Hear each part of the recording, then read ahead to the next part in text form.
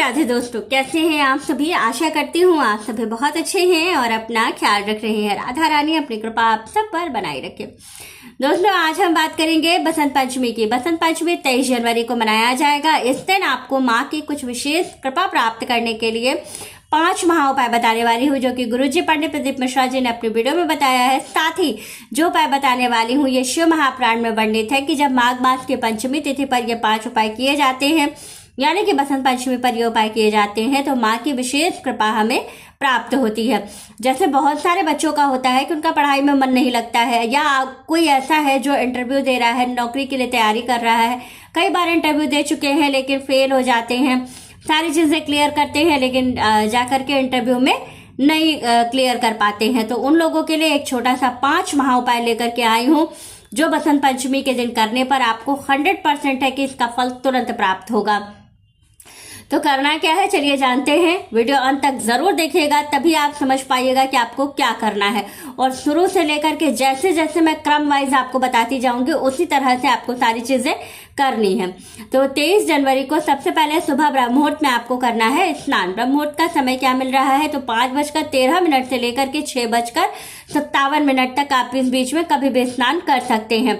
दूसरा जो काम है, स्नान के बाद सबसे पहला कार्य आपको करना है सूर्य देव को जल देना। सूर्य भगवान को जल देने के बाद एक चौकी लगाइएगा। लकड़ी की चौकी आपको लेनी है। चौकी के ऊपर आपको क्या करना है, पीले रंग का वस्त्र बिछाना है। और पीले रंग का वस्त्र बिछाने के बाद माँ की मूर्ति या तस्वीर जो भी आपके पास हो उसको विराजमान कर लीजिएगा पहले, लेकिन उसको भाव रूप में स्नान जरूर कराइएगा। अगर मूर्ति है तो दूध, गाय के कच्चे दूध से स्नान कराइएगा, और अगर तस्वीर है तो भाव रूप में गाय के दूध का छींटा दे करके फूल से आप स्नान जरूर कराइएगा। फिर शुद्ध जल से स्नान कराने के बाद पीले रंग की चुनरी माँ को समर्पित कीजिएगा। और इसके बाद श्रृंगार से संबंधित चीजें माँ को जरूर चढ़ाइएगा। इस दिन केसर का तिलक, जो सबसे पहला उपाय आपको करना है वो है माँ को केसर का तिलक करना। और जो केसर का तिलक आप कीजिएगा वो अपने इस रिंग फिंगर से कीजिएगा। और जो केसर लगाने के बाद, तिलक करने के बाद जो प्रसाद आपकी उंगली में बचेगा उसको स्वयं अपने मस्तक पर धारण कर लीजिएगा। और माँ से प्रार्थना कीजिएगा कि माँ, हम इस चीज के लिए तैयारी कर रहे हैं और हमारी सफलता नहीं हो पा रही है। तो आपको तुरंत इसका जो है आपके अंदर कॉन्फिडेंस लेवल बढ़ेगा। और आप दूसरी चीज है कि आपको इसमें सफलता जल्द से जल्द मिलने लगेगी। तो ये वाला उपाय आपको जरूर करना है। माँ को आपको केसर समर्पित करना है और उसी केसर की जो हाथ में प्रसाद बच जाएगा उसको अपने मस्तक पर धारण कर लीजिएगा। दूसरा जो कार्य करना है, जब तस्वीर या मूर्ति आपने विराजमान कर लिया, चुनरी उठा लिया, श्रृंगार की सामग्री जो है वो समर्पित कर दी, अब आपको क्या करना है, एक कलश की स्थापना। कलश जो होगा वो आपका मिट्टी का होना चाहिए। एक छोटा सा मिट्टी का कलश लीजिएगा, उसके ऊपर एक वो लीजिएगा बर्तन, चाहे वो मिट्टी का हो या किसी धातु का हो, और उसमें क्या करना है, आपको पूरा चावल भरना है। चावल पीले रंग का होना चाहिए। चावल को हल्दी से कलर कर लीजिएगा और उसके ऊपर चावल प्लेट के ऊपर आप रख दीजिएगा। इसके ऊपर आपको क्या करना है, एक लाल फल रखना है। अब आप कहेंगे कि कलश के ऊपर तो नारियल रखा जाता है, लेकिन जब कामना की सिद्धि करनी हो और कोई ऐसी कामना हो तब आपको फल रखना चाहिए।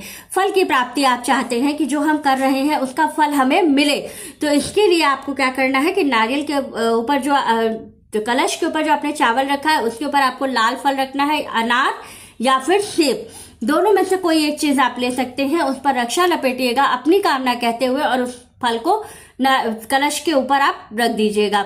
और कलश के पास एक देशी घी का दीपक जलाइएगा, जो कि बड़ा सा होना चाहिए।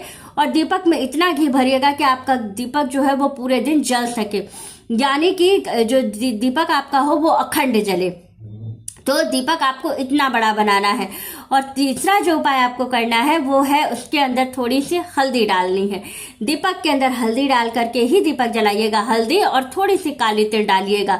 इससे क्या होगा कि आपको सुख मिलेगा, आपका यश बढ़ेगा, आपकी प्रतिष्ठा बढ़ेगी, आपका मान बढ़ेगा। तो ये वाला काम आपको जरूर करना है दीपक में, और करके दीपक को प्रज्वलित कर देना है। इस दिन माँ को पीले रंग की अबीर जरूर चढ़ाइएगा। पीली अबीर ऐसी होनी चाहिए कि आपको ऐसे फेंक करके माँ के ऊपर नहीं चढ़ाना है।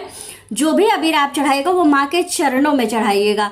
और उसके बाद जब आप संपूर्ण पूजा कर लीजिएगा तो उस जो अबीर आपने चढ़ाई है उसको अपने इस फिंगर से, मिडिल फिंगर से लेकर के और अपने मस्तक पे धारण जरूर कीजिएगा। क्योंकि माँ के चरणों में चढ़ा हुआ अबीर जो लोग अपने मस्तक पर लगाते हैं उनको बहुत बहुत लाभ होता है। तो इस बात का आप जरूर ध्यान रखिएगा, ये वाला उपाय आपको जरूर करना है।